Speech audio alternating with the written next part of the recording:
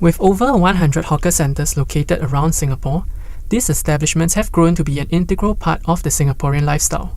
You can find many varieties of cheap, affordable cuisine housed under one roof, and it's no wonder hawker centres are always packed all year round.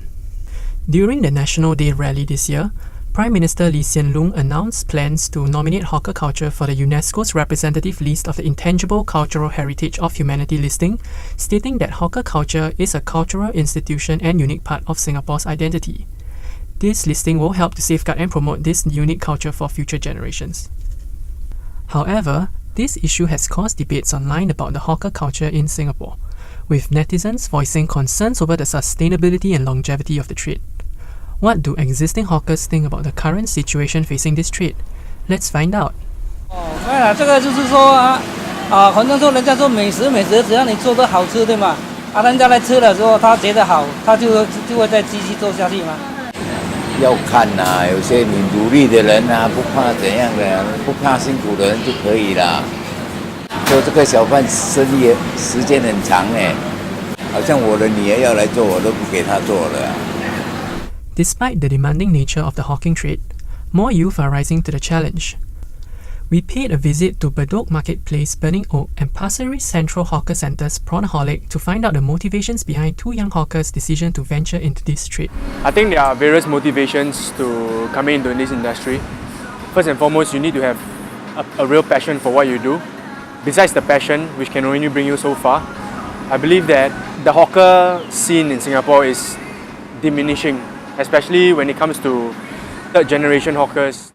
Actually, I wanted to open my own store for quite some time already, but I haven't got a chance to.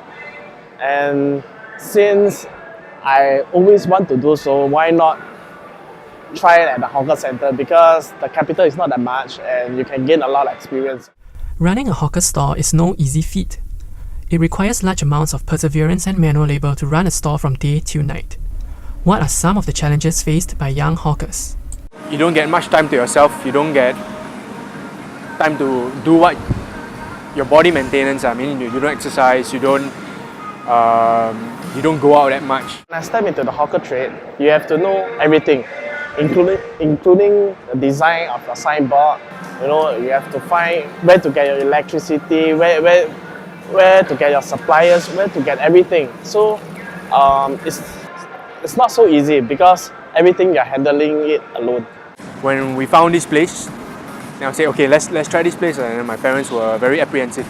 They said that, hey, you don't go and throw money. Money you can throw elsewhere that has more human traffic. My friends and family thought that I was a bit crazy because I could have done better in a hotel and a restaurant. But why would you want to come out and start a hawker? You could have started a restaurant instead. Despite these challenges, both Jeremy and Alan have demonstrated that Singapore's youth are up to the challenge of continuing the hawker culture.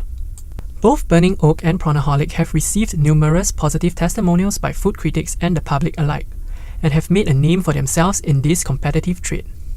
Let's hear what advice they have for aspiring young hawkers who are ready to take on this challenge. Younger hawkers tend to be more pushing the boundaries for certain cuisine types. They tend to be more cutting edge in terms of technology, in terms of managing through social media, managing through whatever means that they have resources to.